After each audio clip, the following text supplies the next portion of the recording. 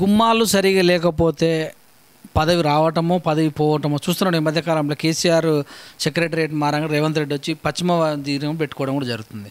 ఏంది దేనికి సంకేతం ఇది? ఏదైనా సరే విశ్వకర్మ భగవానుడు ఎవరవుతున్నారో అతని యొక్క జన్మ నక్షత్రం లేని వాళ్ళకి వ్యవహార నక్షత్రం పేరు మీద ఉన్నటువంటి నక్షత్రాన్ని చూసుకొని అతనికి ఏ గుమ్మము కలిసి వస్తుంది అని చెప్పడం జరిగింది. అయితే రేవంత్ రెడ్డి గారి గురించి చెప్పారు. ఇప్పుడు ఏదో అడిగారు నన్ను. రేవంత్ రెడ్డి గారు ఏమవుతున్నారో పేరు ప్రకారంగా రారీరే తులారాశి, ఆ తులారాశి ప్రకారంగా పడమట గుమ్మం అనేది శ్రేయస్కరము. అందుకేనేమో ఆ యొక్క రేవంత్ రెడ్డి గారు పడమట గుమ్మం తెలిసి ప్రవేశము బయటికి వెళ్ళటం చేస్తూనే ఉన్నారు వారు. అయితే కేసీఆర్ గారి గురించి మీరు ఇప్పుడు అడిగారు. కేసీఆర్ గారు ఏదో ఆయన జన్మనక్షత్రం వేరే, రాశి వేరే. పేరు ప్రకారంగా ఏదవుతుందో ఆయనకి తూర్పు గుమ్మం ఏదవుతుందో తూర్పు ద్వారము శుభం కలుగుద్ది. కార్ల యొక్క కలర్ దాకా పోయింది. అసలు కార్ల కలర్ ఏంది, దానికి వాస్తు ఏంది అని కూడా అంటారు. మరి ఇది నిజమేనా? అయితే ఒక రకంగా చెప్పాలంటే ఇది వెర్రి కాదు, శాస్త్రంలో చెప్పబడింది. జ్యోతిష్ శాస్త్రానికి వాస్తుశాస్త్రానికి అవినాభ సంబంధం ఉంది.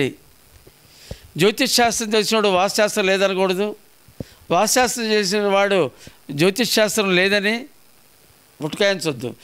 రెండు మిళితమైనదే. అయితే జ్యోతిష్ శాస్త్రం లేదో ఒక్కొక్క నక్షత్ర జాతకులకి ఒక్కొక్క రంగు శుభదాయకము లాభదాయకం అని చెప్పడం జరిగింది. అందరికీ జన్మ నక్షత్రాలు 70% ఉండవు. పేరు మీద వచ్చే నక్షత్ర ప్రకారంగా అతనికి ఈ యొక్క రంగు కలిసి వస్తుంది అని చెప్పడం జరుగుద్ది. ఆ రంగు కనుక వాహనం కనుక తీసుకున్నట్టయితే ఆ వాహనం ఎప్పుడు ఇంకో వాహనం కొనేటి చేస్తుంది. ఎలాంటి పరిస్థితులు కూడా ఆ వాహనానికి ఎక్కడ ప్రమాదాలు కానీ గీత కూడా పడే అవకాశం ఉండదు.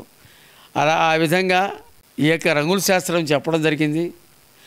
ఈ రంగుల శాస్త్రంతో పాటు సంఖ్యాశాస్త్రం కూడా చెప్పడం జరిగింది.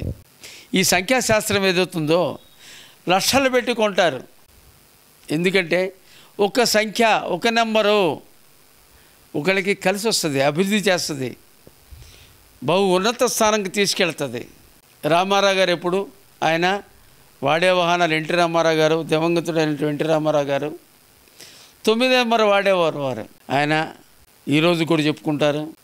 ఆయన అభివృద్ధి కానీ, ఆయన పేరు ప్రఖ్యాతులు కానీ, ఆయన చేసిన కృషి కానీ 9 నెలల్లో గిన్నిస్ బుక్లో ఎక్కాడు అనే విషయాన్ని కూడా చెప్పుకుంటారు. అయితే ఆ 9వ నెంబర్ ఏదవుతుందో ఆయన చైతన్యధనం కానీ, ఆయన వెళ్ళే వాహనంలో కానీ ఆ విధంగా మనిషికి ఔన్నతమైనటువంటి స్థానానికి తీసుకెళ్తుంది న్యూమరాల్ శాస్త్ర ప్రకారంగా.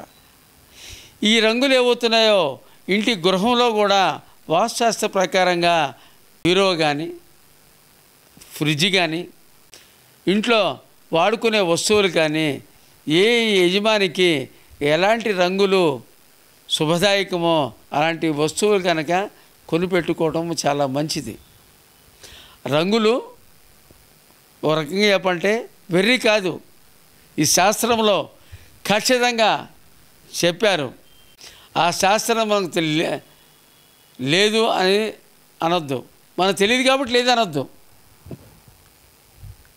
తెలుసుకోండి, తెలుసుకోకపోతే తెలిసిన వాళ్ళ దగ్గరికి వెళ్ళండి, ఆ యొక్క శాస్త్రాన్ని గురించి అడగండి. బాబు నా పేరు మీద ఏ నెంబర్ వస్తుంది, ఏ రంగు కలిసి వస్తుంది, వాళ్ళని ఏందిరాబాయ్ పిచ్చి ఇడికి పట్టింది, ఈ రంగులు పిచ్చేంటి, ఈ నెంబర్ల పిచ్చేంటి అని అనుకుంటారని మీరు బాధపడద్దు. మీరు అభివృద్ధి చెందితే పక్కోళ్ళు సంతోషిస్తారు. మీ బాధల్ని ఎవరు పంచుకోరు, మీ కష్టాలను ఎవరు పంచుకోరు, మీ అనారోగ్యాన్ని ఎవరు పంచుకోరు. కాబట్టి మీరు కొంత ఈ శాస్త్రాన్ని నమ్మండి, తెలుసుకోండి, అనుసరించటం కూడా మంచిదని చెప్తున్నాను.